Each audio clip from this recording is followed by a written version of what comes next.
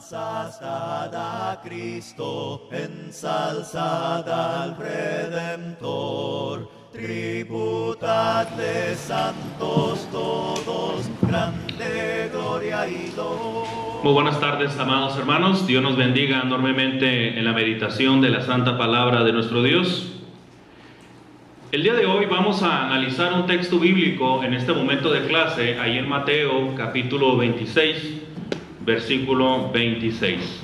Creo que es un texto bíblico muy conocido por nosotros, ya que en ese texto viene fundamentándose la práctica de la cena del Señor. Dice Mateo 26, 26: y mientras comían, tomó Jesús el pan y bendijo y lo partió y dio a sus discípulos y dijo: tomad, comed, esto es mi cuerpo. Hasta ahí la cita. Se han estado dando una serie de estudios consecutivos acerca de las alegorías, dichos, parábolas y más. El día de hoy la frase que nos llama poderosamente la atención es esta: tomad, comed, esto es mi cuerpo. Y obviamente que esto va en alusión a la Santa Cena del Señor. Pero a mí me gustaría escucharlos, hermanos, ¿sí? Independientemente que seamos un grupo pequeño de hermanos. Cuando usted escucha esta frase de Mateo 26, 26, ¿qué es lo que se le viene en mente? Dice: tomad, comed, esto es mi cuerpo. ¿Qué es lo que se le viene a la mente? Los escucho. ¿Qué piensan? ¿Qué es lo que se le viene rápido a la mente? La mesa del Señor. ¿Qué más? La palabra de Dios. Palabra de Dios. Pero me refiero a qué sentido. Al sentido de las palabras. Dice Mateo 26, 26: esto es mi cuerpo. Pero yo les pregunto, si yo lo abro, ¿es el cuerpo del Señor literalmente? No.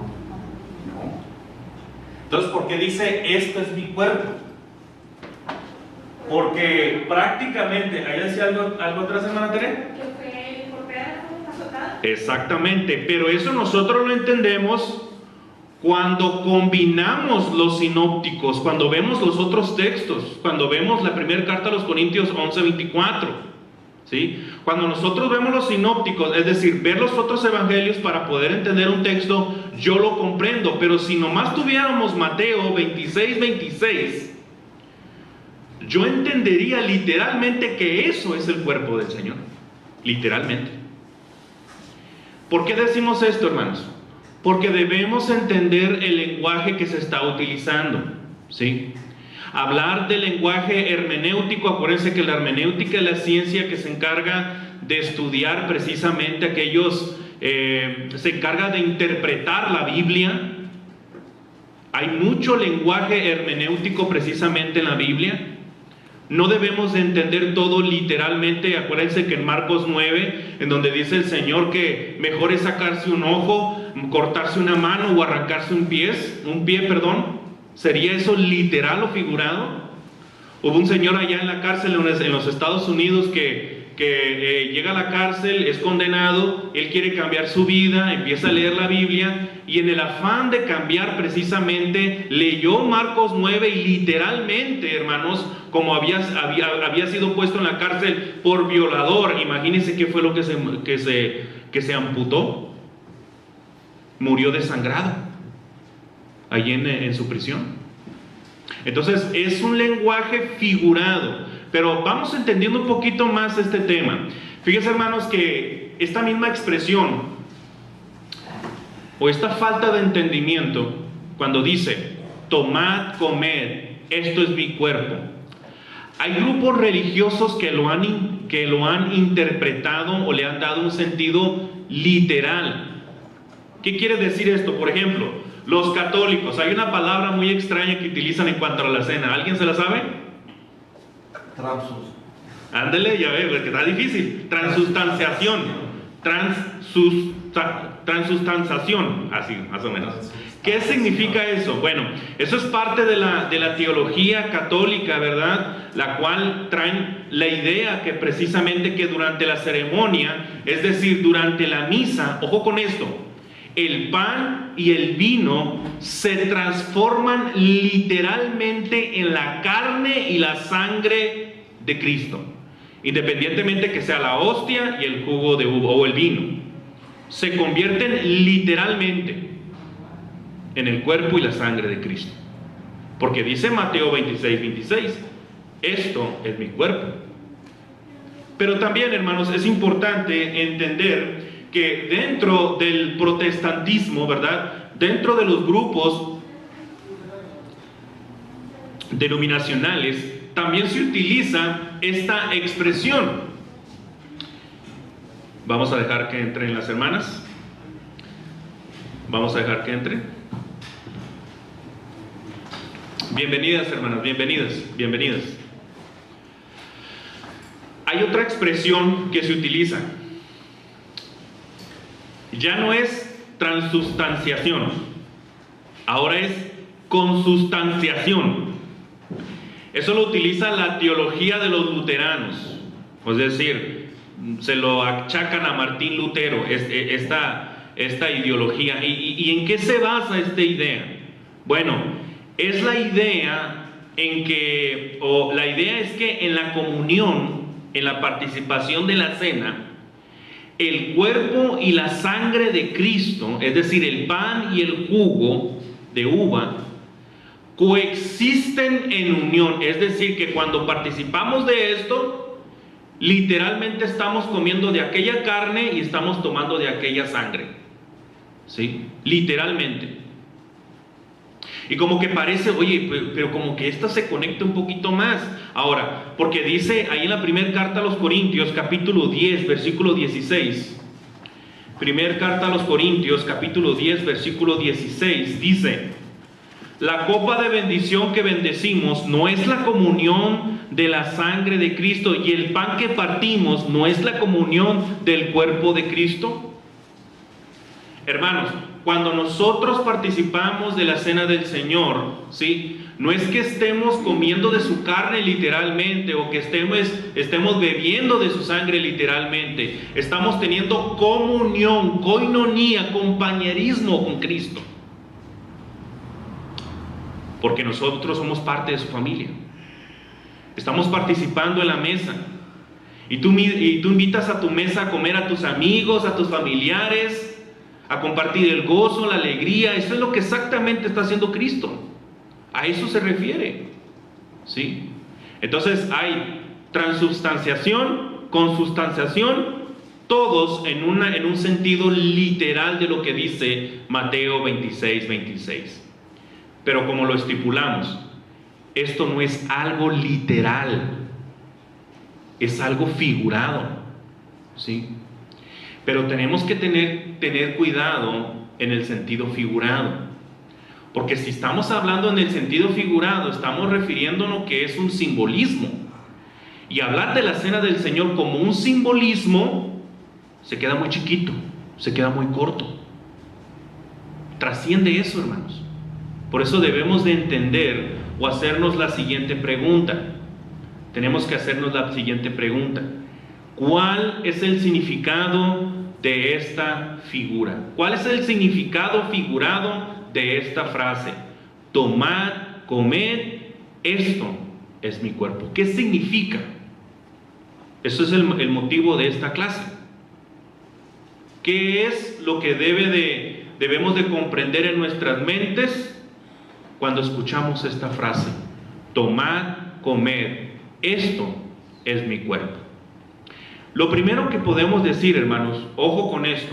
Ya dijimos, para los que acaban de llegar, hermana Elena, cuando participamos del pan y del jugo de uva, no lo hacemos en un sentido literal, porque el católico piensa en la transubstanciación, que la hostia y el jugo de uva, el vino, se convierten en carne y sangre, ¿sí? O como los luteranos o algunos denominacionales piensan que cuando participamos de la cena, sí, estamos participando de aquel cuerpo y de aquella sangre directamente, literalmente, ¿sí? Para nosotros, ¿cómo debemos de tomar el significado de esta frase? Solamente tres cosas. La primera, ¿cuál es el significado figurado de esta frase? Primero, que es un mandamiento que debemos cumplir. Eso es lo primero que necesitas saber. Ahora, en nuestra sociedad estamos acostumbrados que cuando nos mandan, no queremos obedecer. O cuando se nos prohíbe, tratamos de romper las reglas. No sé si llevemos en nuestra naturaleza caída, pecaminosa, tener esa rebeldía en la familia, en la sociedad, en la iglesia, delante de Dios. Pero esto, cuando dice tomad, comed, es un mandamiento directo de parte de nuestro Señor Jesucristo. Y no podemos prescindir de Él. Ahora, es un mandamiento, es algo que debemos hacer porque nos va a hacer un bien. Participar de la cena del Señor nos va a hacer un bien. ¿En qué sentido? ¿En qué manera puede beneficiarnos participar de la cena del Señor, hermanos? ¿De qué manera? Los escucho. ¿Qué piensa usted? ¿Qué beneficios puede encontrar usted en este mandamiento? Estamos en comunión. Particularmente, estamos demostrando esa comunión que tenemos con Cristo, ese compañerismo, y si bien no lo podemos ver físicamente, Él está en medio espiritualmente de nosotros. El participar de la cena del Señor es tener compañerismo con Cristo. Pero solamente lo van a entender aquellos que tienen limpio el corazón, que entienden y tienen fe en las Escrituras, de que sabemos de que Cristo está en medio de la adoración. Hebreos 2:12 dice: anunciaré a mis hermanos tu nombre, en medio de la congregación te alabaré.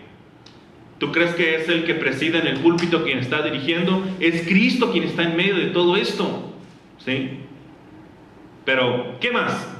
¿Tenemos comunión, ese compañerismo? ¿Solamente compañerismo? Obediencia estamos cumpliendo, ¿verdad? Pero ¿qué más? Ahora, cuidado con eso, hermana. O sea, sí es cierto. Nosotros estamos cumpliendo con Dios, pero cuidado. Por eso digo, hablar de la cena, del partimiento del pan como un simbolismo, tenemos que tener cuidado, porque el católico tiene lleno de simbolismo su ritualismo, su misa. Y ese ritualismo, ese simbolismo no impacta sus corazones. Ellos pueden ir a misa y decir: yo ya cumplí con Dios, y ya toda la semana andar igual. No, aquí en este caso el partimiento del pan tiene un significado poderoso. Y ese poder radica en hacer memoria, que viene siendo el tercer elemento. Ahí se me adelantó la hermana. Está bien, hermana, está bien. Porque cuando dice tomad, comed, y yo leo la primera carta a los Corintios 11:24, ¿sí? Dice: hagan esto en memoria de mí. Yo entiendo que cuando yo participo del pan sin levadura y del jugo de uva, el propósito es hacer memoria de lo que Cristo hizo por mí. Ese es el significado correcto cuando participamos, o de la frase tomad, comed, esto es mi cuerpo, ¿sí? Entonces, ¿qué más podemos decir? ¿Qué más beneficios hay? ¿Iba a decir algo, hermano Antonio? No, lo mismo. No, ok. Hacer memoria. ¿Qué más? Uno debe de salir de aquí gozoso, con nuevas energías, con una paz. Lo que usted dice, obediencia, uno sale de aquí con haber cumplido con Dios, esa paz de haber cumplido con Dios, ¿sí? Nuevas energías, nuevas motivaciones, te preparas para el día de juicio final. Hay un montón de bendiciones en el hecho de cumplir este mandamiento. Entonces, por eso digo, los mandamientos no todos son negativos. Hay una naturaleza rebelde en nuestro corazón que todo lo que es orden, tratar de esquivarla, tratar de saltarlo, ser rebeldes. Hay una naturaleza en el ser humano. Sin embargo, este es un mandamiento para nuestro beneficio. Ahora, dice Mateo 26:26, tomad, comed. ¿Sí? Esta frase se repite en Marcos, no lo busquen, pero en Marcos 14:22 dice solamente tomad. Pero aquí nosotros en Mateo 26:26 miramos dos acciones: tomad, comed. Dos acciones, un mandamiento que tiene dos acciones, pero hay una tercera. Lucas capítulo 22 versículo 19. Porque para poder comprender esto tenemos que ver los sinópticos. Los sinópticos son Mateo, Marcos y Lucas. Para que tú puedas entender eso, tienes que ver todo el panorama general para armar las piezas. Ahora, alguien que me apoye con Lucas 22:19, por favor. Y tomó el pan y dio gracias y lo partió y les dijo, y les dio diciendo, este es mi cuerpo que por vosotros es dado. Haced esto en memoria de mí. Ahí hay un tercer elemento. Haced. Yo voy a tomar, yo voy a comer y yo voy a hacer. ¿Hacer qué? Memoria de Cristo. Yo tomo. A veces hay hermanos que toman el pan sin levadura así con las uñitas, ¿va? Agárrele un pedacito, bien, hermano, hermana, agárrele. A veces con las uñitas así, chiquitito, así. Es el cuerpo del Señor. No, agarra un buen pedazo para que pueda masticarlo y recordar, porque acuérdense que es tomar, comer, masticar, es decir, comer, masticar, y en ese momento hacer memoria de lo que Cristo hizo por nosotros. ¿Sí? Entonces, y fíjense que es algo interesante, hermanos, algo interesante. Porque si bien Cristo, parece como que Cristo no nos dio muchos detalles sobre eso, pero cuando armamos lo que dice Mateo y Lucas nos damos cuenta de todo el panorama. Pero quien retoma esos dos textos para juntarlos en uno, ¿sí?, es el apóstol Pablo. Y es el texto que siempre leemos. Mire, la primera carta a los Corintios, capítulo 11, versículo 24. Alguien que me apoye.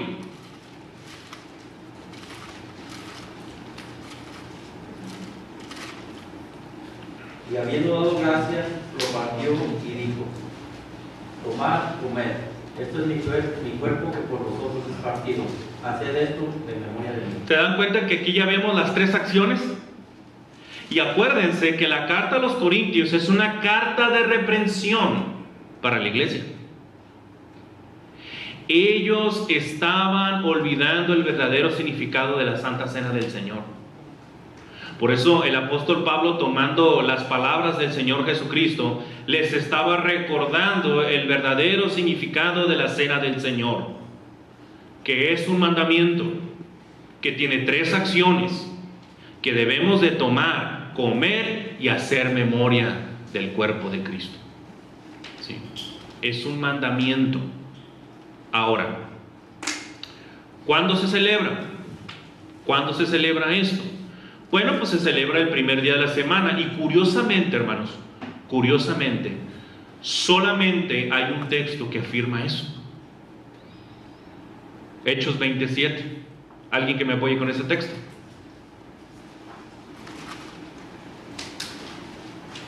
Es un texto que conocemos y que repetimos los domingos. Hechos 27, por favor. El primer día de la semana, reunidos los discípulos para partir el pan, Pablo les enseñaba habiendo de salir al día siguiente, y alargó el discurso hasta la medianoche. Gracias.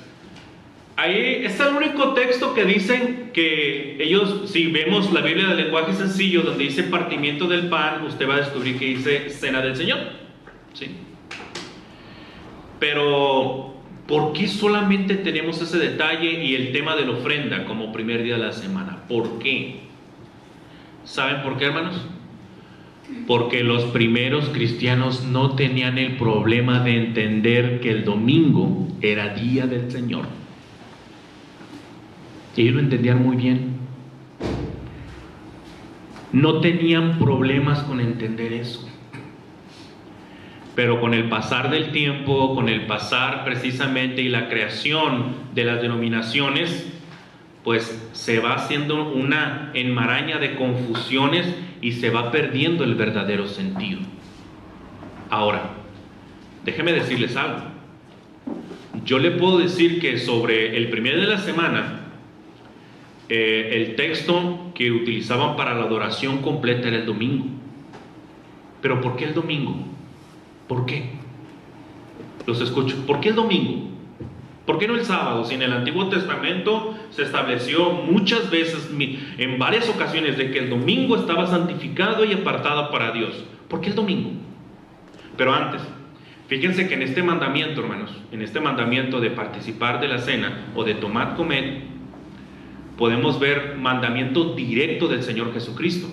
En los 3 evangelios tenemos mandamiento apostólico y tenemos el ejemplo bíblico. Tenemos que participar de la cena del Señor. Pero ahora, ¿por qué el domingo? ¿Por qué? Porque resucitó el primer domingo. Ándele, hermana. Porque el Señor resucitó en un primer día de la semana. ¿Pero por qué más? ¿No más eso? Bueno, yo creo que son dos elementos importantísimos. Uno de ellos es lo que dijo la hermana Elena. ¿Cuál es el segundo? Cuando inició la iglesia. La iglesia inició en un primer día de la semana cuando Dios envía al Espíritu Santo. Ahí en el día de Pentecostés en Jerusalén en el año 33. Además, podemos incluir otras cosas, que era cuando el Señor se les aparecía los domingos. Y también porque fue en un domingo cuando el Señor ascendió a los cielos. También fue en un domingo. Yo no sé, hermanos, pero el domingo se convirtió en el día precisamente para llevar a cabo todos estos actos, ¿sí? Y nosotros lo sabemos por el ejemplo bíblico que viene en Hechos. Es por ejemplo bíblico que nosotros lo practicamos, ¿sí? Ahora, hay algo más importante que debo de mencionar, pero que vamos a mencionar más adelante. Ahora, yo necesito decirles otra cosa. Fíjese que hay más evidencias extrabíblicas de que los cristianos adoraban en el domingo. Por ejemplo, había un joven llamado Plinio, un infiltrado entre los cristianos que mandó al emperador Trajano por el crecimiento que tenían las iglesias de Cristo en el primer siglo. Fíjese el informe que le da Plinio el joven al emperador Trajano. Fíjese cómo dice: tenían la costumbre los cristianos de reunirse en un día determinado antes de salir el sol para cantar sucesivamente un himno a Cristo como si fuese un Dios, y obligarse bajo solemne juramento no a cualquier acción criminal, sino a nunca cometer robo ni adulterio, a no faltar a lo prometido, a no negarse a dar lo recibido en depósito, después de lo cual tenían la costumbre de separarse y reunirse de nuevo para tomar el alimento, por lo demás ordinario e inocente. Y luego en el año 130 hay una epístola que se le llama la epístola de Bernabé, que es una epístola apócrifa. Y que sea apócrifa no quiere decir que sea mentira, quiere decir que no es inspirada. Pero da un detalle bien interesante, dice la epístola de Bernabé. Por último, él les dice: vuestras lunas nuevas y vuestros días de reposo no los soporto. Mirad lo que quiere decir: no me son aceptos vuestros días de reposo de ahora, sino el que yo de hecho, aquel en que, haciendo descansar todas las cosas, haré el inicio de un día octavo, es decir, el principio de otro mundo. Por eso también nosotros celebramos también el día octavo, es decir, el domingo, con regocijo, por ser día en que Jesús resucitó de entre los muertos y después de manifestado subió a los cielos. En pocas, y hay más para demostrarle que los cristianos utilizaban el domingo para celebrar a Cristo. Y la razón de esa celebración era la nueva Pascua, la cena del Señor. Ahora, entonces, hermanos, en primer lugar, ¿verdad?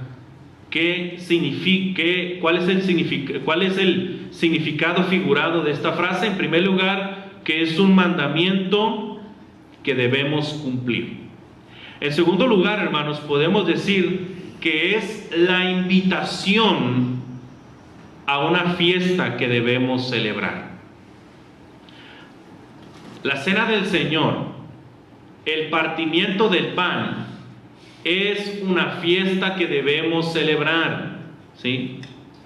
¿Por qué decimos esto? Mire, vamos ahí a Marcos capítulo 14 y vamos entendiendo un poquito para que comprendan un poquito el contexto de lo que vamos a ir entendiendo. Vamos a leer ahí en Marcos capítulo 14, alguien que me apoye con el versículo 12, por favor. Versículo 12. El primer día de la fiesta de los panes sin levadura, cuando sacrificaban el cordero de la Pascua, sus discípulos le dijeron: ¿dónde quieres que vayamos a preparar para que comas la Pascua? Ojo con esta frase. Estaba hablando del primer día de la fiesta de los panes sin levadura. Y más adelante le dice Pascua. Lo que pasa, hermanos, es que la Pascua y la fiesta de los panes sin levadura estaban tan relacionados entre sí que ambos términos eran usados indiferentemente para celebrarse o para efectuarse el periodo de celebración de 8 días que comenzaba con la Pascua. Ellos tenían una semana completa de fiesta. Esa semana empezaba con la Pascua y todos los días celebraban la fiesta de los panes sin levadura, 8 días, ¿sí? Ahora, es importante, hermanos, aunque Marcos habla de la fiesta de los panes sin levadura, claramente lo que se está hablando aquí es acerca de la preparación de la Pascua. ¿Qué es la Pascua? La Pascua, perdón. Bueno, la Pascua era una celebración en la cual se sacrificaba un cordero y su sangre era esparcida en el altar. El cordero era llevado a la casa, asado por completo y comido durante una cena con pan sin levadura, hierbas amargas, una salsa de manzana que se llamaba chazoret, que es les comentaba, es una mezcla, es una pasta hecha de manzanas trituradas, dátiles, granadas, nueces, en la cual mojaban el pan, ¿sí?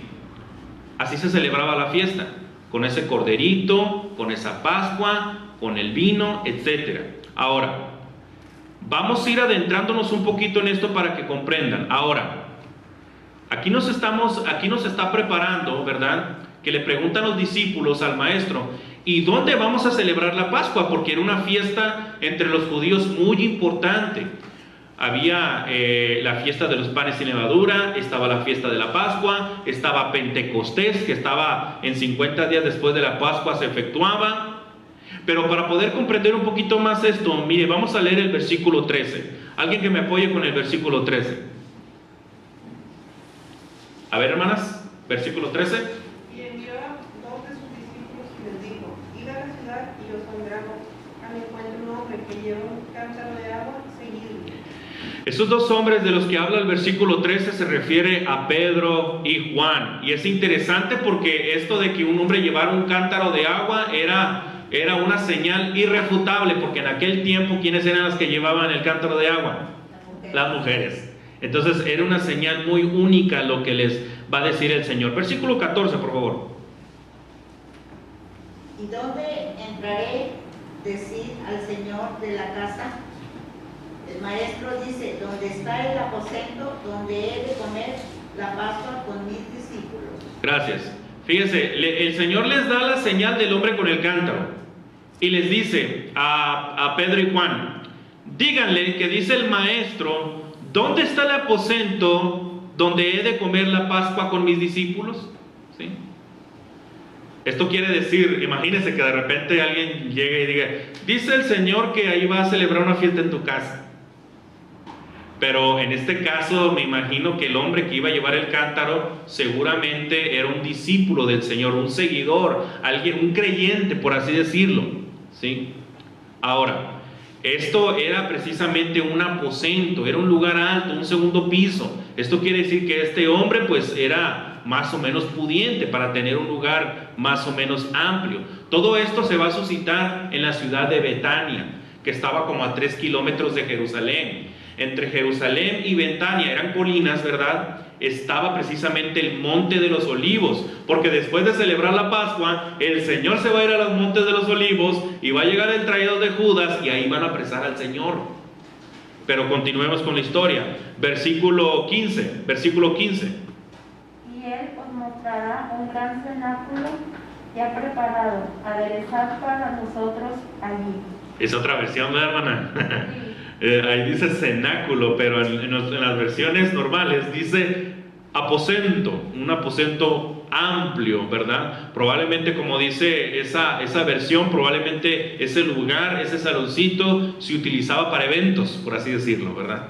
Tenía un salón amplio este señor al que se le pidió el aposento alto. Y es interesante, hermanos, porque en este caso, este gran aposento, es importante entender que en aquel tiempo no se utilizaban mesas y sillas, se utilizaban triclinios. Esa palabra yo no lo conocía hasta que estudié esto, que era precisamente mesas muy bajas que formaban como una U cuadrada y ponían cojines alrededor, de manera que ellos comían reclinados. ¿Por qué cree que llegó la mujer, verdad, con ese perfume de alabastro, verdad, y lo unge en su cabeza, y en otras versiones dice que lloró a sus pies, verdad? Imagínense lo incómodo que sería si fueran sillas normales, ¿verdad? Él estaba reclinado, poniendo los pies de lado, ¿verdad? Entonces es importante entender, entonces, el dibujo, la pintura de Leonardo da Vinci de la cena es mentira. No existían esas mesas ni esas sillas en aquel tiempo. Ellos estaban semiacostados. Así era como comían en aquel tiempo. Ahora, dice el siguiente versículo, el versículo 16. Alguien que me apoye con ese texto. Salieron los discípulos, llegaron a la ciudad, encontraron tal como les había dicho y prepararon la Pascua. Y prepararon la Pascua. Versículo 17 también, hermano. Y al atardecer llegan con los 12. Le encargaron a Juan y a Pedro que se encargaron de toda la Pascua. El pan sin levadura, el corderito, ¿verdad? La pasta, ¿verdad? No sé si tenía buen sazón, ¿verdad? Pero tenían que preparar todo para nomás llegar al aposento alto y celebrar la fiesta. Este es el punto que quería llegar. Versículo 18. Fíjese lo que dice. Y cuando se sentaron, dice, a la mesa, mientras comían, dijo Jesús: de cierto os digo que uno de vosotros que come conmigo me va a entregar. Ahora, ¿cómo se celebraba la Pascua? La cena pascual tenía 7 pasos. Ojo con esto, esto es importante para entender la cena del Señor, ¿sí? Esto es importante, porque lo que hacemos nosotros es una nueva Pascua, ¿sí? Es una fiesta, debe ser una fiesta. El orden de la cena pascual era el siguiente. Lo primero que hacían cuando llegaban al aposento o al lugar era beber una copa de vino tinto mezclado con agua. Primero, el primer paso. Segundo paso, se hacía un lavado ceremonial de las manos, un lavado muy profundo. Este acto simbolizaba la necesidad de limpieza moral y espiritual.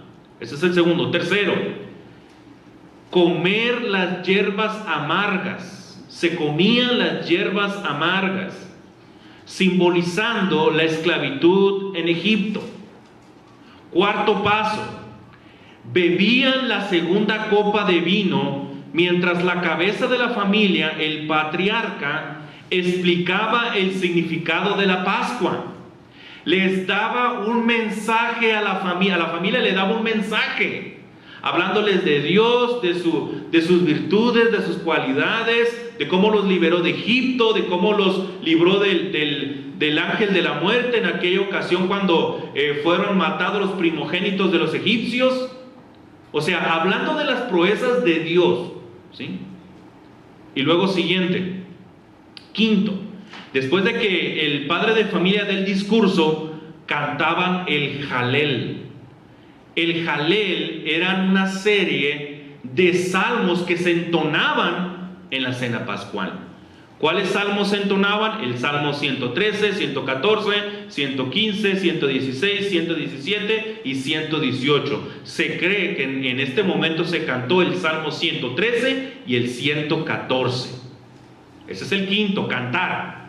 Sexto, el cordero era sacado y el patriarca o la cabeza de la familia distribuía los pedazos, ¿verdad?, con pan sin levadura. El mismo padre de familia empezaba a destazar, ya cocido por supuesto, el cordero y lo servía en los platos o en lo que hubiera con el pan sin levadura a un lado y lo empezaba a distribuir a cada miembro de la familia. ¿Sí? Entonces, una vez realizado este sexto acto, el séptimo era beber la tercera copa de vino, como le llama el apóstol Pablo en la primera carta a los Corintios, capítulo 10, versículo 16, que es la copa de bendición en donde se oraba. ¿Sí? ¿Te das cuenta, hermanos? ¿Te das cuenta? ¿Cómo? Porque uno decía, ¿y en qué parte dice que se debe de predicar el domingo? ¿O orar o cantar? Pues es que parte de la cena del Señor es el mensaje, el canto y la oración, hermanos. Ahí está implícito eso. ¿Sí? ¿Y dónde queda la ofrenda? Por eso el apóstol Pablo dice cada primer día de la semana, porque ellos se reunían cada primer día de la semana, cada domingo, ¿sí?, a celebrar la nueva Pascua, a celebrar esta fiesta en donde se recibía un mensaje, se cantaba y se oraba a Dios, se participaba de la cena.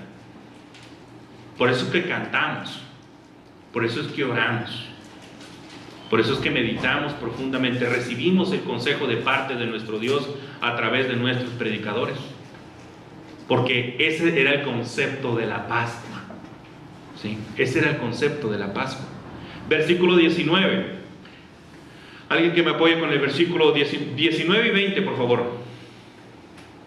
Entonces ellos comenzaron a entristecerse y a decirle uno por uno: ¿seré yo? Y el otro: ¿seré yo? Él respondiendo les dijo: es uno de los 12 el que moja conmigo en el plato. Gracias. Versículo 21, también, hermano. Versículo 21, por favor. A la verdad, el Hijo del Hombre va, según está escrito de él, mas hay de aquel hombre por quien el Hijo del Hombre es entregado. Bueno le fuera a ese hombre no haber nacido. En medio de la celebración de la cena pascual, en Mateo 26, 25, cuando suscita este elemento, esta situación, Judas pregunta: ¿soy yo, maestro? Jesús le dice: tú lo has dicho. Y en el texto paralelo de Juan, capítulo 13, versículo 27, dice que después del bocado que dio precisamente Judas, porque seguramente dice: el que moja el pan conmigo, porque eran varias charolas o platos donde se encontraba el chazoret, la pasta hecha con manzana triturada, dátiles, etc. Seguramente estaba a su lado Judas. Y cuando el Señor le pasa el plato, los dos mojan el pan. Y le dice: ¿seré acaso yo? Le dice Judas: tú lo has dicho, le dice. Pero en Juan 13:27 dice: y después del bocado de Judas, Satanás entró en él, dice. Entonces Jesús le dijo: lo que vas a hacer, hazlo pronto, le dice.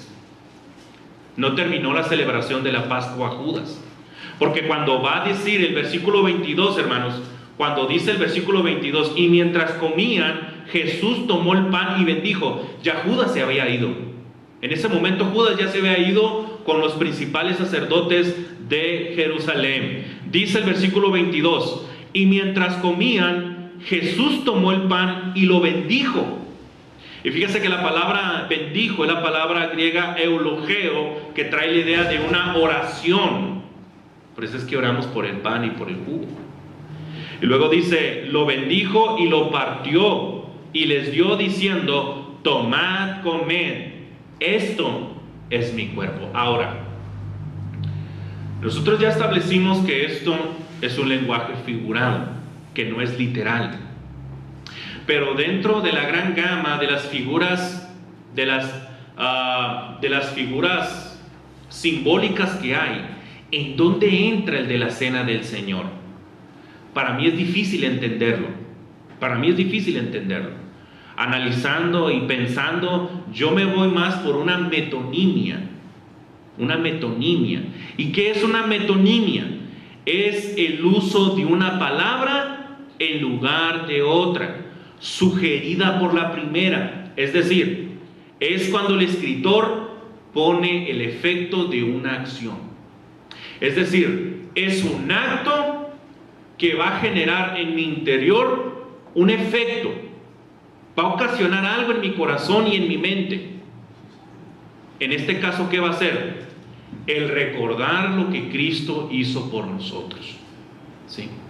Entonces, hermanos, podríamos decir mucho al respecto, pero lo cierto, hermanos, es que cuando nosotros estudiamos esta frase, tomad, comed, esto es mi cuerpo, en primer lugar dijimos que es un mandamiento que debemos de cumplir. En segundo lugar, que es la invitación a una fiesta que debemos de celebrar. La fiesta de los cristianos es la Pascua. Y la Pascua, nuestra Pascua, la Pascua del Nuevo Testamento, es la cena del Señor. Vamos a leer ahí la primera carta a los Corintios, capítulo 5, versículos 7 al 8. Primera carta a los Corintios, capítulo 5, 5, déjenme ver si es correcto el texto, 7 y 8, por favor. Primera carta a los Corintios, capítulo 5, versículos 7 y 8. Alguien que me apoye con esa lectura, por favor. Limpiaos pues de la vieja levadura, para que seáis nueva masa, sin levadura como sois, porque vuestra Pascua, que es Cristo, ya fue sacrificada por nosotros. Así que celebremos la fiesta, no con la vieja levadura, ni con la levadura de malicia y de maldad, sino con los panes sin levadura, de sinceridad y verdad. ¿Te das cuenta? La cena del Señor es nuestra fiesta. Y ahora te pregunto, ¿tú te preparas para esta fiesta? ¿Vienes a gozarte? ¿Vienes a alegrarte? En el buen sentido de la palabra, por supuesto. No como el mundo lo hace. Pero verdaderamente reconocemos esta coinonía y esta comunión de que cuando venimos a este lugar y que están reunidos los hermanos, sabemos que el Creador del universo está en medio de nosotros. ¿A poco no debería ser un motivo poderoso para estar alegres y contentos y hacer nuestro mayor esfuerzo? De que cuando vengo aquí, en cada uno de los elementos de la adoración, todas las expresiones de la adoración, debemos hacerlos en espíritu y en verdad, sobre todo la cena del Señor. Poner concentración, estar en silencio, tener toda la actitud mental. Entonces, hermanos, porque esta es una verdadera fiesta, hermanos, y nos prepara para la fiesta que vamos a tener en el cielo, como le llama Apocalipsis, las bodas del Cordero. Va a ser un gozo y una alegría por la eternidad. Por eso es importante prepararse para lo que venimos a hacer el domingo. No hay que venir porque quiero cumplir, ya estoy bien con Dios, pero no entendiste el significado de la Santa Cena del Señor. Y ahí entramos al tercer punto. Ya dijimos precisamente cuál es el significado, hermanos, cuál es el significado de esta frase. En primer lugar, que es un mandamiento que debemos de cumplir. Y en segundo lugar, que es la invitación a una fiesta que debemos de celebrar. Pero en tercer lugar, hermanos, podemos decir precisamente que es una conmemoración en honor a Cristo. Creo que esto es la sustancia, hermanos. Esta es la parte toral de la Santa Cena del Señor. Y creo que Lucas y el apóstol Pablo nos los aclaran. ¿Por qué? Porque los primeros cristianos no batallaban en eso. Pablo tuvo que recordárselo a los hermanos de la iglesia de Corinto porque se estaban desviando en el verdadero significado de la cena del Señor. ¿Sí? Dice Lucas capítulo 22, versículo 19, y lo voy a decir de manera rápida para concluir. Yo le voy a dar lectura, hermanos, Lucas capítulo 22, versículo 19, y tomó el pan y dio gracias, y lo partió y les dio diciendo: esto es mi cuerpo que por vosotros es dado, haced esto en memoria de mí.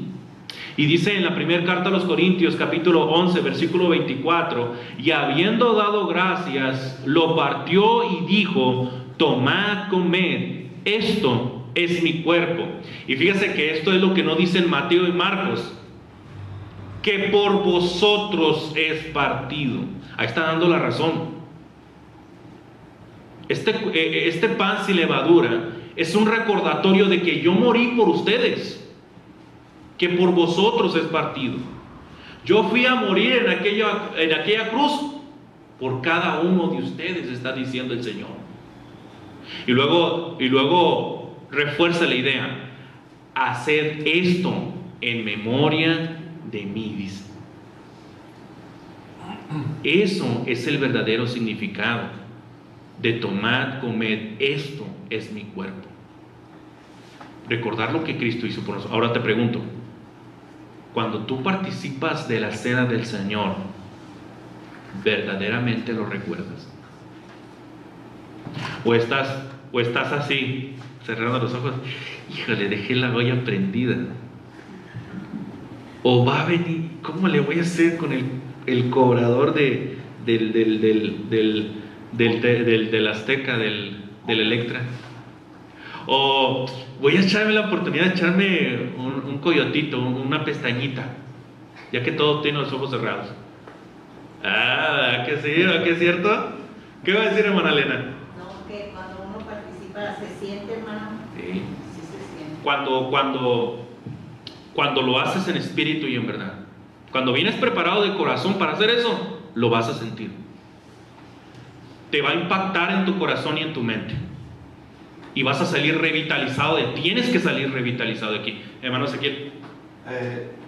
Lo importante, hermano, es como usted lo acaba de decir. En ese momento que comamos el pan, recordemos en nuestra mente los momentos en que Jesucristo tenía un dolor extremo por nosotros.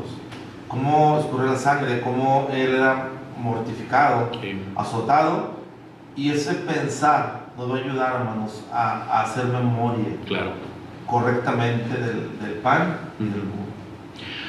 Y eso, recordar desde que fue agarrado en el monte de los olivos y cacheteado y golpeado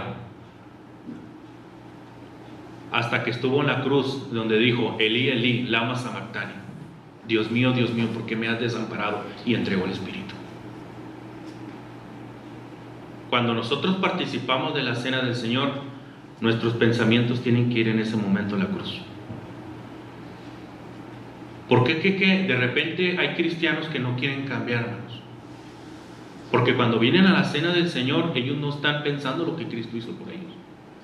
Y cuidado, hermano, cuidado, porque podemos estar pisoteando la sangre del Señor. Hermano Ezequiel. Disculpe, otro comentario. Adelante, hermano. Cuando Adelante. usted y yo participamos del pan y del jugo, hermano, y meditamos correctamente, debemos de estar consternados, Sí. tristes, con un hueco muy grande, Sí. al saber que eso se hizo por nosotros. Sí. Aquel cristiano que no está consternado está pisoteando la sangre. Por eso, hermanos, con el dolor de mi corazón se los voy a decir. De repente, que estamos en la cena del Señor y estamos pensando, no sé, de repente tengo volteo así y volteo alrededor, y hay hermanos y hermanas que aprovechan esa oportunidad para dormirse. Están cabeceando, hermanos, cabeceando literalmente. No, hermanos, hay que venir preparados. Esto es importante. Entonces, hermanos, es algo muy, muy serio esto. Ahora, ¿cuánto tiempo lleva eso? A veces, y nosotros que presidimos, los varones, debemos de tener cuidado con eso, hermanos. De no hacerlo así. Cuidado. Hay que darle su tiempo. Hay que meditar, hay que reflexionar. Hay que darle su lugar a la reflexión, a ese tipo de cosas, ¿verdad? Bueno, hermanos, Hay más cosas que podríamos decir, ¿verdad?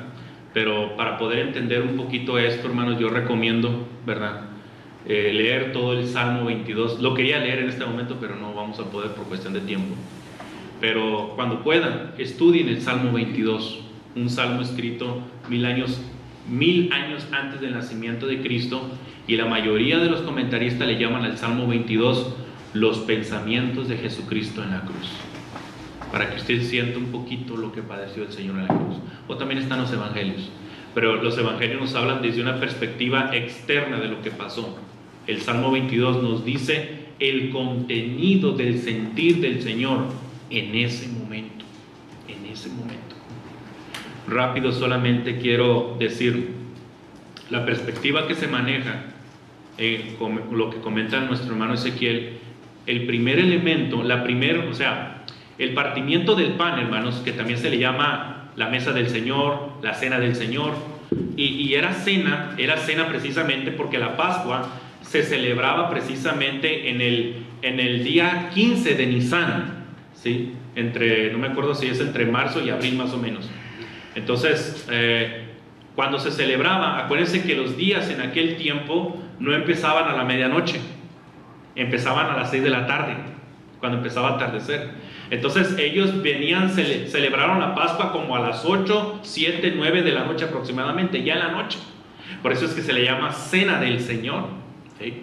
Ahora, solamente quiero terminar con esto. Cuando nosotros participamos de la Cena del Señor o partimos el pan, ya dijimos que es un memorial, es un recordatorio de la palabra griega anamnesis. La palabra significa no me olvides. Cuando tú no participas de la cena del Señor, tú te estás olvidando del Señor. Acuérdate que es un mandamiento. Es una fiesta, pero es un mandamiento, ¿sí? Ahora, debe de tener 5 enfoques. Este memorial debe de tener 5 enfoques. El primero fue el que dijo nuestro hermano Ezequiel. Debemos de mirar hacia atrás, hacia la cruz, y recordar lo que Jesús hizo por nosotros.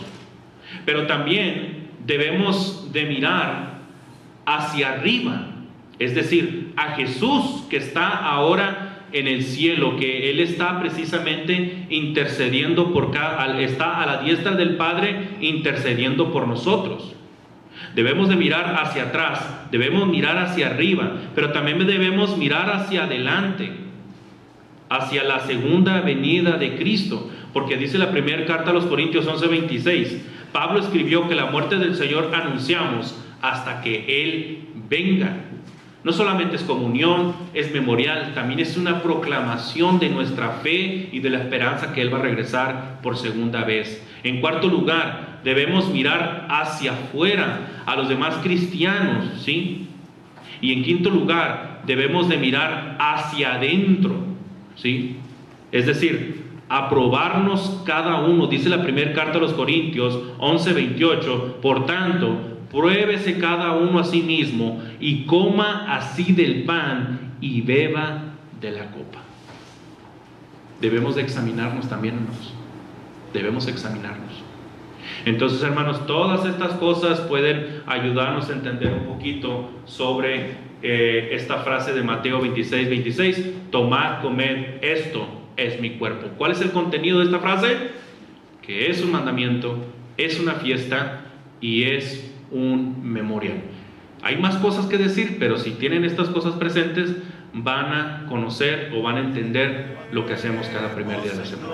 Dios les bendiga. En presencia de nuestro Redentor, a una voz la historia.